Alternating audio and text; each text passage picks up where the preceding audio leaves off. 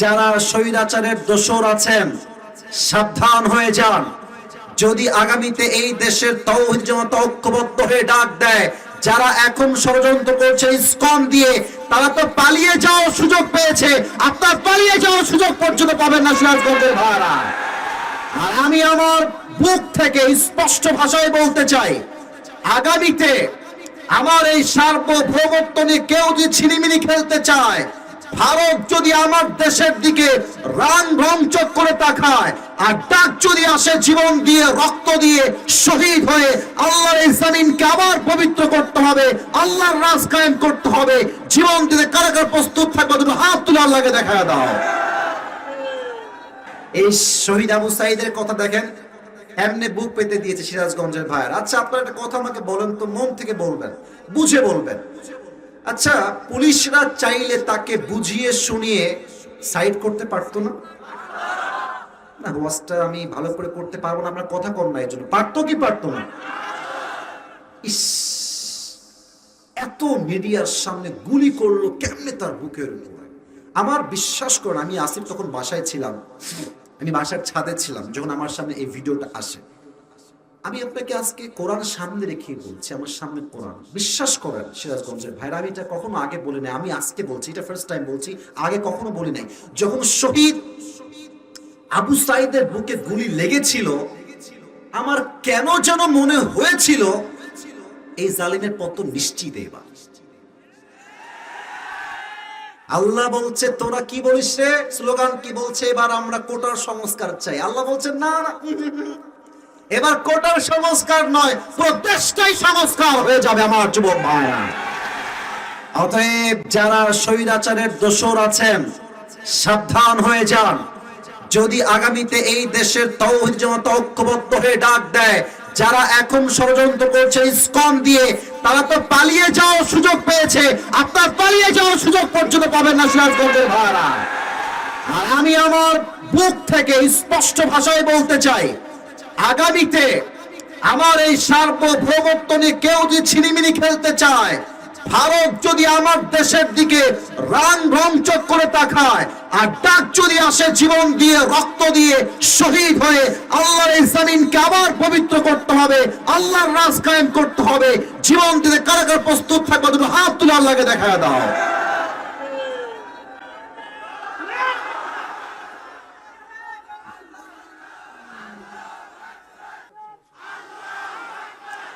মুরব্বী না বাঘের বাচ্চা একটা, এটা যুবক ভাড়া। ওরে সিরাজগঞ্জের মানুষ রে, শুধু যুবকরাই শক্তিশালী নয়, মুরব্বীরাও পাগলা যুবক হয়ে বসে আছে এখানে, ঠিক কিনা বলেন? আচ্ছা, এবার আমরা ফুল ওয়াজের দিকে যাই, তাফসীরের দিকে যাই। সবাই যারা এখানে আসছেন বিবাহিত কারা, একটু হাত তুলে ভালো হয়। আচ্ছা, ও মুরব্বী আপনি হাত নামান। আচ্ছা, বিবাহিতরা এবার হাত নামান, বিবাহিতরা হাত নামান। এবার সোনামণি সিঙ্গেল কারা, তারা একটু হাত তোলে। হ্যাঁ, না না না না, তোমরা সবাই সিঙ্গেল? আরে না, শিওর শিওর শিওর।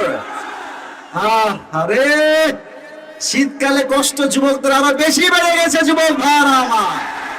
আল্লাহ প্রত্যেকটা আব্বাকে সঠিক সময়ে বিয়ে করানোর তৌফিক দান করে পড়া হবে। তিনটে তাকবীর দিবেন, হাত নামা, হাত নামা, বুঝে গেছি নামাও। তিন তাকবীর দিবেন, প্রথম তাকবীর দিবেন বিবাহিতরা, দ্বিতীয় তাকবীর দিবেন সিঙ্গেলরা। দেখতে চাই আজকে কাদের শক্তি কত বেশি। বিবাহিতরা একটা কাশি দেন। স্যার রেডি আছে বোঝাচ্ছে আমাকে। আচ্ছা, দেখা যাক কে পারে গো, দেখা যাক। সাইলেন্ট, কিপ কোয়েট, চুপ থাকেন। বিবাহিতরা, সিঙ্গেলরা কিপ কোয়েট, চুপ থাকবা, কথা বললেই হেরে যাবা। বিবাহিতরা তাকবীর দেন, দেখা যাক কিসকি গলে কি আওয়াজ কিতনি জোর হ্যায়। লিল্লাহি তাকবীর। আরে স্যার বসেন, স্যার পুরো জোশে আছে, বিবাহিতরা জিতেই ছাড়বে। আচ্ছা, সাউন্ড খুব ভালো ছিল। দেখা যাক বিবাহিতরা কে পারে এবার। সিঙ্গেলরা কাশি দাও। এত সহজ। আচ্ছা, দেখা যাক কে পারে। আমি মার্ক দিব, নো প্রবলেম এট অল। লিল্লাহি তাকবীর। সরি স্যার, সরি, আজকে সিঙ্গেলরা কমপক্ষে 70 নাম্বার বেশি পেয়ে পাস করেছে, ঠিক আছে কিনা? এদিকে তাকবীরের জন্য নেককার বউদেরই পড়া আমেন। শেষ তাকবীর দিবেন এমন জোরে মুরব্বীরা, যুবকেরা, আমি সহ, স্যার সহ, হুজুররা সহ, ভাইয়েরা সহ তাকবীরের ঠেলায় স্টেজ ভেঙে নিচে পড়ে যাব। হ্যাঁ, শেষ তাকবীর। এবার কিন্তু বাঘের মতো দেওয়া লাগবে। লিল্লাহি তাকবীর। আল কোরআনের আলো, আল হাদিসের আলো, কোরআন হাদিস যেখানে, আলেম ওলামা যেখানে, সিরাজগঞ্জবাসী যেখানে, নয়হাটিবাসী যেখানে, আল্লাহ তাআলা কবুল করুন, সকলে পড়া আমিন। আমি এখন তাফসীর পেশ করতে চাচ্ছি কোরআন থেকে একটা অ্যানাউন্সমেন্ট দেওয়ার মাধ্যমে।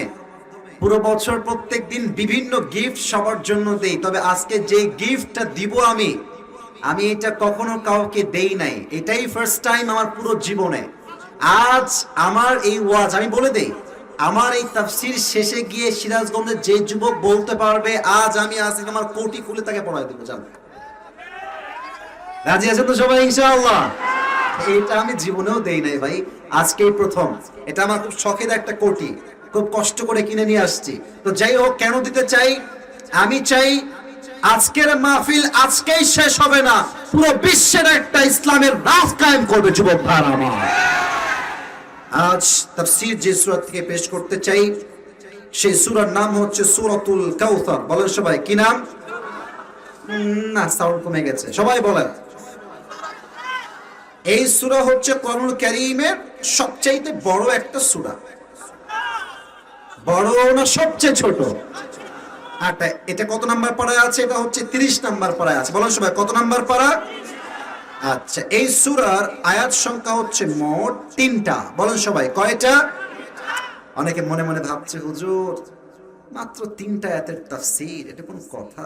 আরে ভাই, এখানে যদি একটা শব্দ নিয়ে কোনো আলেম পরিপূর্ণ ব্যাখ্যা করতে চায়, পুরো রাত শেষ হয়ে গেল, তাফসীর শেষ হবে না। আপনি জানেন এটা?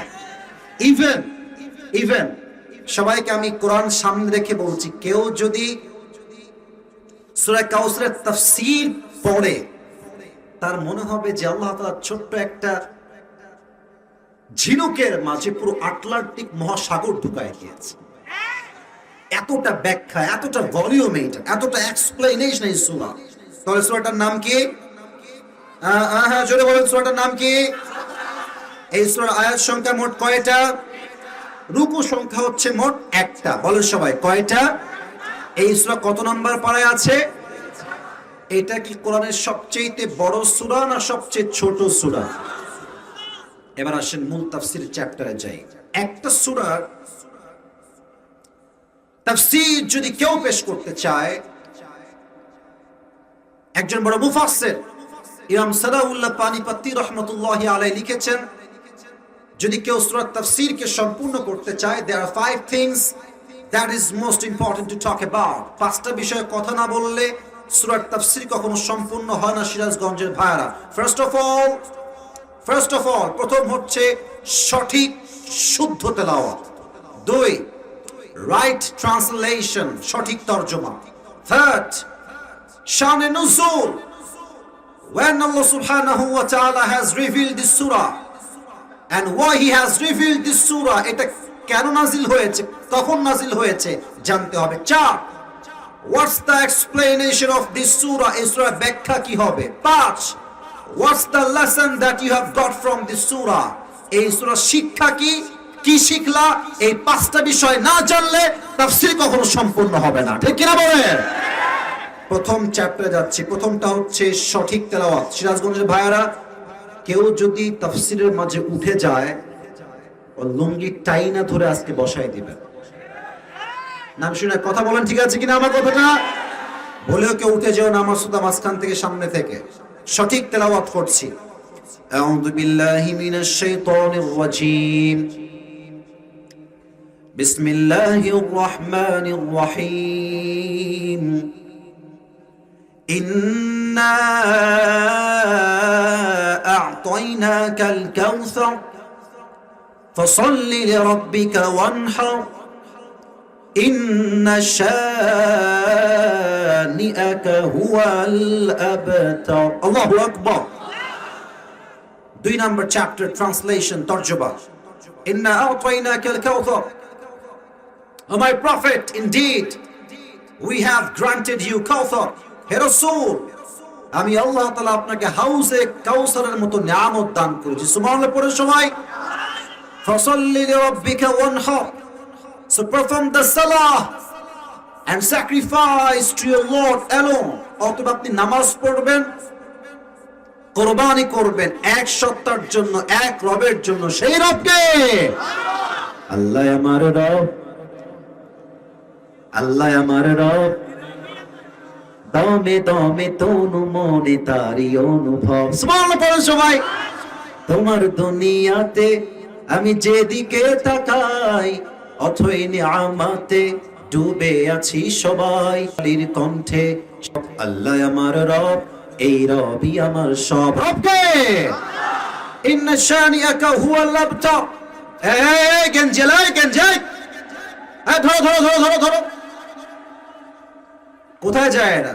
ওয়াজের মাঝে একজন উঠে এলাও না, খবরদার। সিরাজগঞ্জের মানুষ আল্লাহর কোরআন থেকে কলিজার থেকে ভালোবাসে যুবক ভাইরা আমার, ঠিক কিনা বলো? একজন উঠলে খবর আছে বলে দিলাম, লাস্ট ওয়ার্নিং, কেউ উঠবেন না। ইন্না শানিআকা হুয়াল আবতার। O my prophet, indeed the one who hates you is truly cut off from any goodness. এই পৃথিবীর বুকে যেই মানুষ আপনার শানে কটূক্তি করবে, বেয়াদবি করবে, গুস্তাখি করবে, একটা টু শব্দ আপনার শানে যে বলবে, তার 14 গোষ্ঠী আমি আল্লাহ নির্বংশ করে রেখে দিব যুবক ভাইরা আমার, ঠিক কিনা বলে? এটা হচ্ছে এই আয়াতের তরজমা। এবার আসেন শানে নুজুল কখন নাজিল হয়েছে, কেন নাজিল হয়েছে, এটা লম্বা ঘটনা। ঘটনা শুনতে হলে কান নয়, দিল লাগবে। আর হ্যাঁ, ঘটনার উদ্দেশ্য টাইম পাস নয়, উদ্দেশ্য হচ্ছে শিক্ষা পাওয়া। আমাদের জীবনে অনেকের কষ্ট আছে না সিরাজগঞ্জের ভাইরা? তোমরা কথা কও না কেন? সবার কষ্ট আছে না আমাদের মনে? আচ্ছা, আমার ডান হাত দেখেন তো। নবীর সব কষ্ট আমি রাখলাম ডান পাল্লায়, নবীর সব কষ্ট রাখলাম ডান পাল্লায়, আর আমাদের সমস্ত কষ্ট রাখলাম বাম পাল্লায়। বলেন তো, আমাদের কষ্ট বেশি ছিল না নবীর কষ্ট বেশি ছিল? শুধুই কি কষ্ট, কত কষ্ট! হাদিসগুলো মনোযোগ দিয়ে শুনবেন। বলেন তো, আপনারা উত্তর করবেন, কেউ বাদ যাবে না, উত্তর করেন। নবীজির মায়ের নাম কি ছিল? হ্যাঁ, নবীজির বাবার নাম কি ছিল? আচ্ছা, রাইট আনসার। নবীজির দাদার নাম কি ছিল সিরাজগঞ্জের ভাইয়েরা? জানেন তো, কর না কেন? নাম কি? আব্দুল। আরো কিছু প্রশ্ন আছে। নবীজির চাচার নাম কি ছিল? Right answer. এবার আছি বউয়ের ক্ষেত্রে। নবীজির মোট বউ ছিল কয়টা? 11টা। বলো সবাই, কয়টা? আপনারা উত্তর করবেন। নবীজির প্রথম বউ কে ছিলেন? হ্যাঁ, খাদিজা। বলেন সবাই, নাম কি? রাদিয়াল্লাহু তাআলা আনহা। আচ্ছা, নবীর সব বউ হয় ডিভোর্সি অথবা বিধবা। সব বউ হয় ডিভোর্সি অথবা, তবে হ্যাঁ, একজন বউ, she was virgin, কুমারী, তার নাম কি? পড়েন সবাই সুবহানাল্লাহ।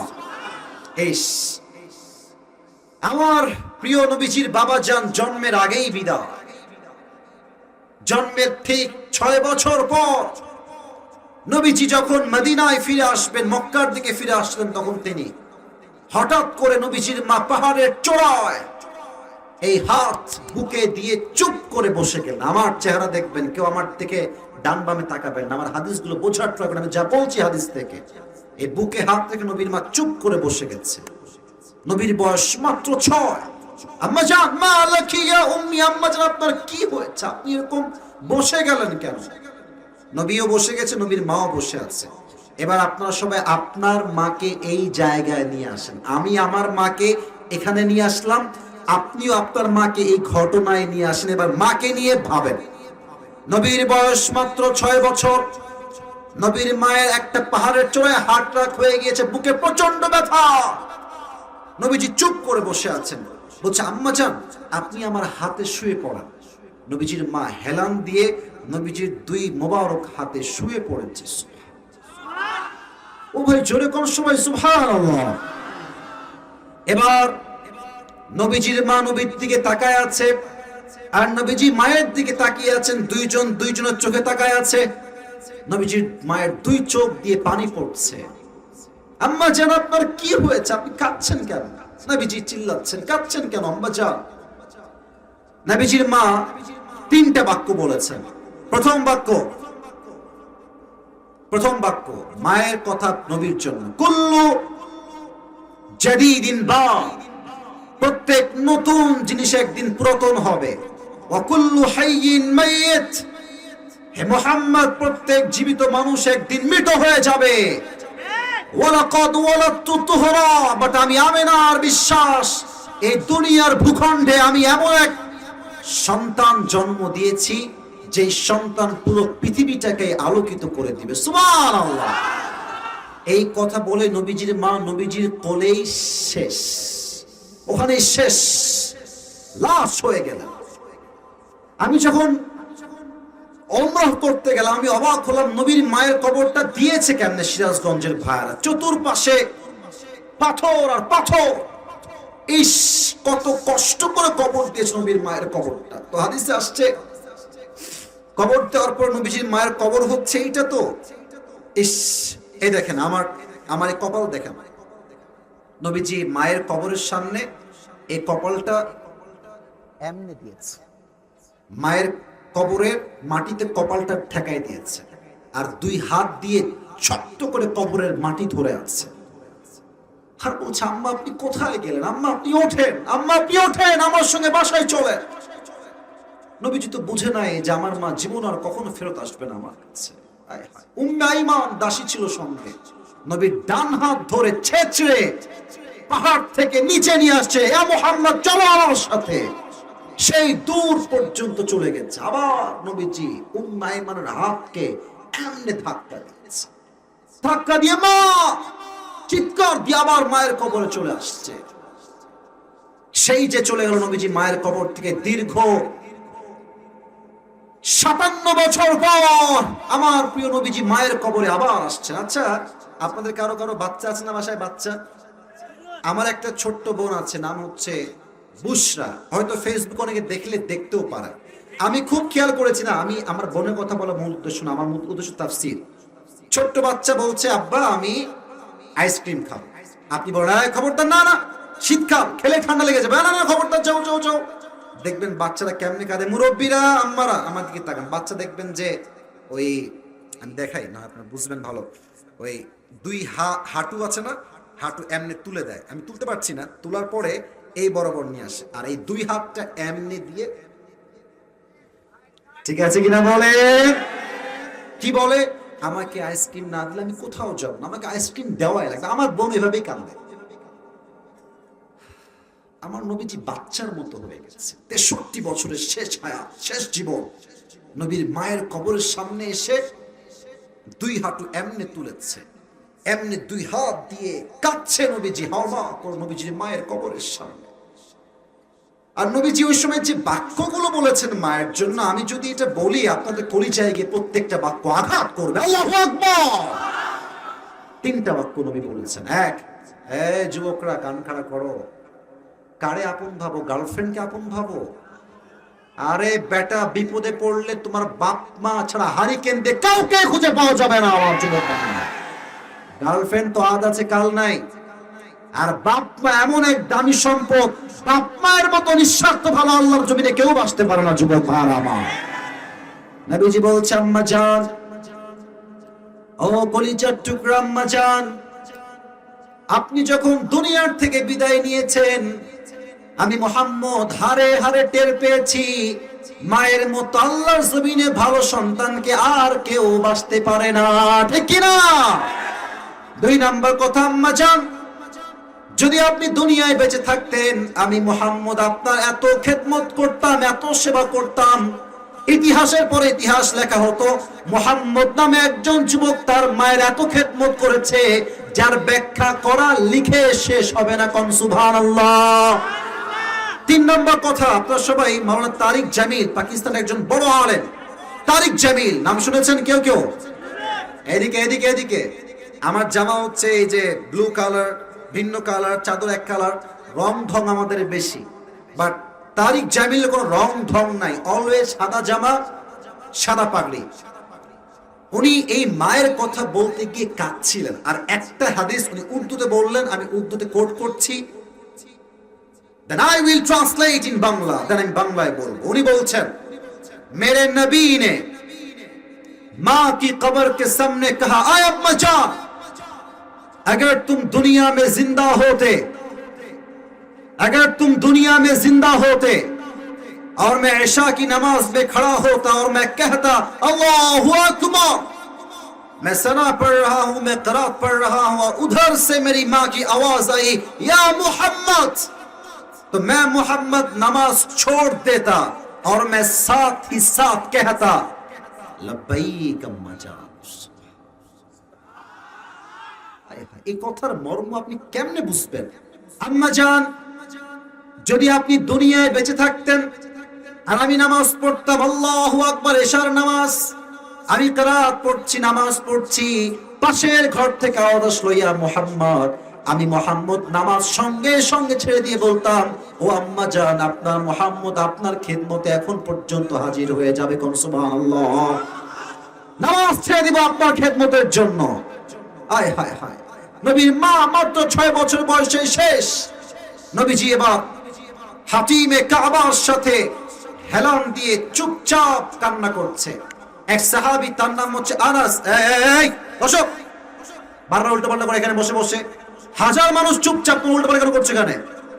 মাছে বাজার মনে হয় মিয়া? ভালোবাসা বোঝার ট্রাই করো, বেশি ভালোবাসলে সস্তা হয়ে যায়, তাই না?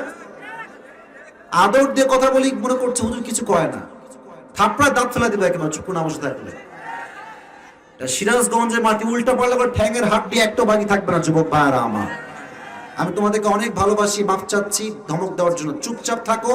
আমার কলিজার টুকরা ভাইরা অনেক দূর থেকে আসছে, তাফসীর শুনে দোয়া করে আমরা একসঙ্গে বাসায় ফিরে যাবো আমার যুবক ভাইরা। হেলান দিয়েছে কাবার সাথে, আনাস আসছে, নবী হে আপনার কি হয়েছে, আপনার চোখের কোঠায় পানি কেন? নবীজি বলছে, আনাস, জন্মের আগেই মা, জন্মের আগেই বাবা নাই, জন্মের পরে মা নাই, দাদাও নাই, আবু তালেব নাই, বিবি খাদিজা আমার একমাত্র কলিজার টুকরা বউ, সেও নাই। আমার সাহাবী আম্মার ইবনে ইয়াসির রাদিয়াল্লাহু তাআলা আনহুর উপর জুলুম করা হচ্ছে, তার এক পা এক উটে বাঁধা হয়েছে, আরেক পা আরেক উটে বাঁধা হয়েছে, এক উট এই দিকে দৌড় দিয়েছে, আরেক উট এই দিকে দৌড় দিয়েছে, এমন চাপ লেগেছে আম্মার বিন ইয়াসির রাদিয়াল্লাহু তাআলা আনহুর দুই পা দেহ থেকে আলাদা হয়ে খান খান হয়ে গেছে। আল্লাহু আকবার। আমার একজন সাহাবী সুমাইয়া রাদিয়াল্লাহু তাআলা আনহা, আয় হায় হায়, এই কথা আমি কেমনে বলি, আমার লজ্জা লাগে, কিন্তু বলতে হবে, কি নির্মম ইতিহাস। সুমাইয়াকে সব সাহাবীরা, সব কাফেররা মিলে গণধর্ষণ করেছে। না, এটা মুসলমানদের নাউজুবিল্লাহ হয় না, বলেন সবাই নাউজুবিল্লাহ। শুধু গণধর্ষণ করলে তো একটা সাবজেক্ট ছিল, এতটুকু নয়। এই সুমাইয়ার এক পা, হাত দেখেন, এক পা ডান দিকে দিয়ে পায়ে প্যারেক মেরেছে, প্যারেক, রক্ত ঢুকে প্যারেকটা ভিতর ঢুকে গেছে, বাম পা এই দিকে দিয়ে প্যারেক মেরে দিয়েছে। গণধর্ষণ করার পরে সুমাইয়ার লজ্জাস্থান থেকে ব্লিডিং হচ্ছে গণধর্ষণের জন্য, রেপের জন্য। কাফেররা দুই পা দুই দিকে প্যারেক দিয়ে বেঁধে দূর থেকে তীর নিক্ষেপ করে সুমাইয়ার লজ্জাস্থানকে ক্ষত বিক্ষত করে সুমাইয়াকে জায়গাতে শহীদ করে দিয়েছে। একটা মেয়ের কষ্ট কি পরিমাণ হয়েছে আপনি জাস্ট ভাবেন। নবীজি কথা বলছে আর কাঁদছে, দুই চোখ দিয়ে পানি ঝরছে। তা আমি আসিফ কথা বলছি আপনাদের সঙ্গে, একবার আমি ডান দিকে তাকাই, একবার আমি ভাইদেরকে দেখি, ওদিকে দেখি, সবার দিকে আমি তাকাই। কথা বলতে গেলে ডান বাম আমাদের হওয়াই লাগে। তো আনাস নবীর কথা শুনতে শুনতে just for a certain moment, অল্প সময়ের জন্য জাস্ট মাথাটা হালকা নিচু করেছে, just for few moments, just for few seconds, অল্প সময়ের জন্য মাথা এমনে।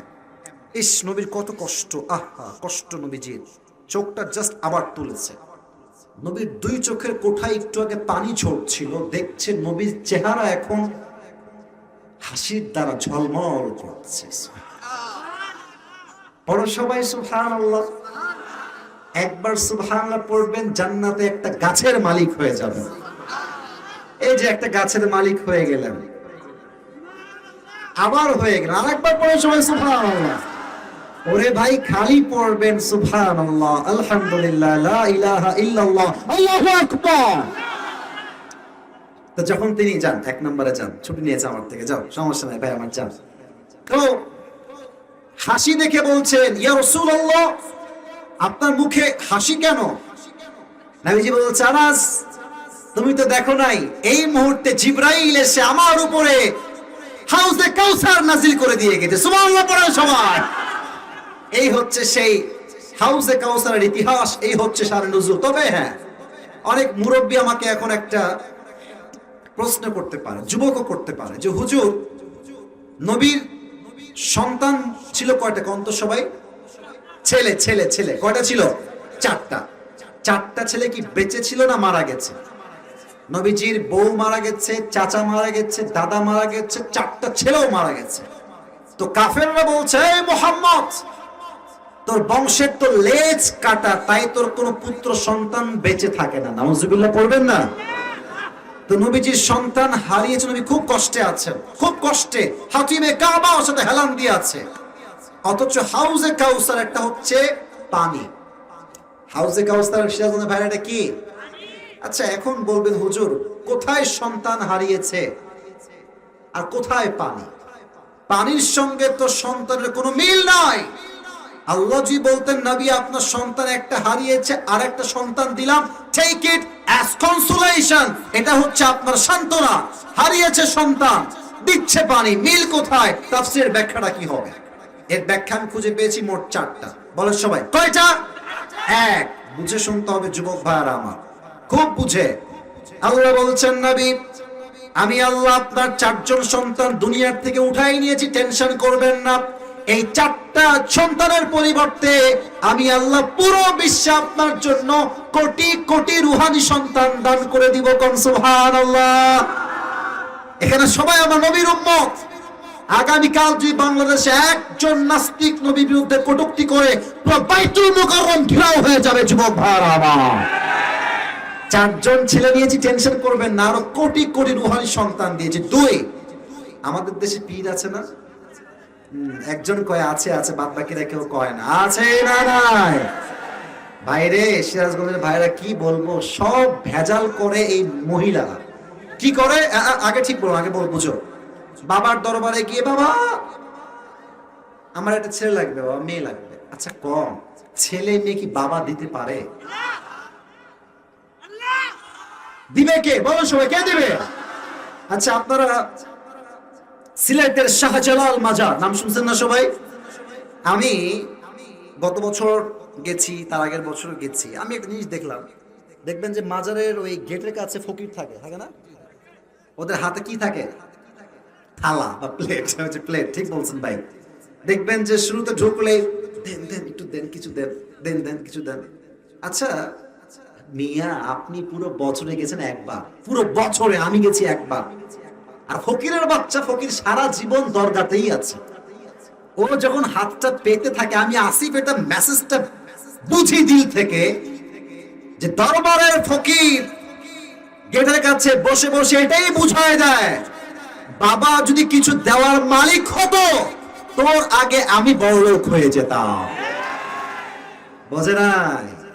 মহিলা বোঝে নাই। বাবা ছেলে দাও, বাবা মুরগি দিব, গরু দিব, টাকা দিব, সব দিয়ে দেয়। ইয়াহাবুলি মাইয়াশা উইনাসা ওয়া ইয়াহাবুলি মাইয়াশা উযকুর। ছেলে দেওয়ার মালিক আল্লাহ তাআলা, মেয়ে দেওয়ার মালিক আল্লাহ তাআলা। আর যাকে চায় তাকে ছেলেও দেয় না, মেয়েও দেয় না। এই কারিগরও একজন, তিনি কে? আল্লাহ বলছেন, নবী পীরের ছেলে পীর হয়ে যায়। আচ্ছা আমাদের প্রথম নবীর নাম কি? আটকান কেন? বলো সবাই, প্রথম নবীর নাম কি? আদমের সন্তান শীশ আলাইহিস সালাম একজন নবী। আচ্ছা আচ্ছা আচ্ছা। ইব্রাহিম আলাইহিস সালাম জাতির পিতা, তার সন্তান ইসমাইল একজন নবী। ইয়াকুব আলাইহিস সালামের সন্তান ইউসুফ আলাইহিস সালাম একজন নবী, দাউদ আলাইহিস সালামের সন্তান সুলাইমান একজন নবী। ও নবী, এই নবীর সন্তান যদি নবী হইতে পারে, তো আপনার সন্তান যদি বেঁচে থেকে বড় হয়ে যায়, ছেলেরা, আপনার উম্মতরা ওহী লাগবে না, নবুয়ত লাগবে না, আবেগে আবেগে আপনার ছেলেকে তারা নবী বানাই ফেলবে। কথা ঠিক আছে কিনা বলতে হবে সিরাজগঞ্জের ভাইরা। যাতে এই ফিতনা তৈরি না হয়, তাই অল্প বয়সে আপনার সন্তানকে তুলে নিয়েছে একজন, তিনি কে?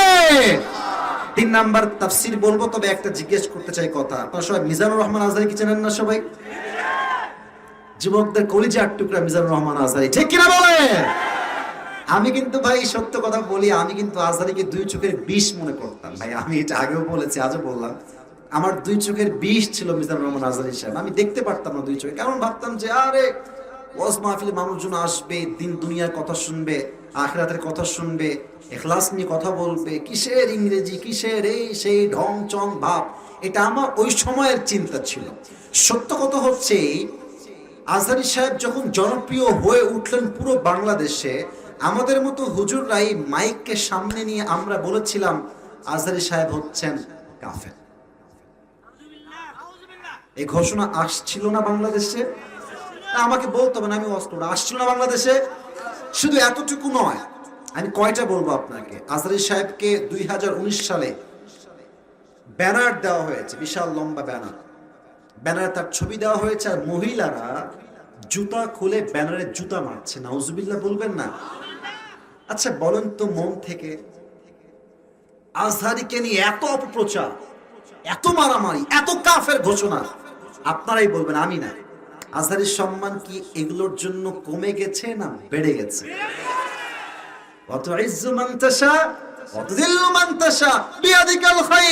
আল্লাহ যার সম্মানকে বাড়াতে চায়, তার সম্মানে ছিনিমিনি খেলে কেউ সম্মান কমাইতে পারে না।